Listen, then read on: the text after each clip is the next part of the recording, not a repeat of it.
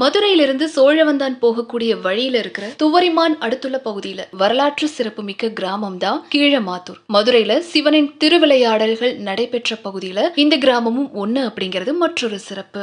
7ஆம் நூற்றாண்டுல மதுரையில திருஞான சம்பந்தருக்கும் சமணர்களுக்கும் புனல்வாதம் நடக்கும் பொழுது ஞான சம்பந்தர் வைகை ஆற்றில திருஞான சம்பந்தரின் ஏடு விடப்பட்டிருக்கு. அப்படி விடப்பட்ட ஏடானது ஆற்றின் எதிர் திசை நோக்கி போயிருக்கு. அப்படி சென்று கிராமத்தின் அருகே ஏடு சென்று பார்க்கும்போது பலத்த ஓசையோட பல்லாயிரக்கணக்கான மணிகளுடைய ஒலிக்கும் சத்தம் கேட்டிருக்கு. இந்த சத்தத்தை கேட்ட அப்பகுதி மக்கள் அங்க இருக்கிற மண்ணை தோண்ட ஆரம்பிச்சிருக்காங்க. அப்படி தோண்டும் பொழுது சுயம்பலிங்கம் இருக்கிறத பார்த்திருக்காங்க. அதனால மறுபடியும் தோண்டும் பொழுது லிங்கத்தை வெளியே எடுக்க முடியாத காரணத்தால இதுதான் சிவனுடைய விருப்பம் அப்படின்னு நினைச்சுக்கிட்டு அந்த பகுதியிலேயே அங்க ஒரு கோவிலையும் எழுப்பியிருக்காங்க.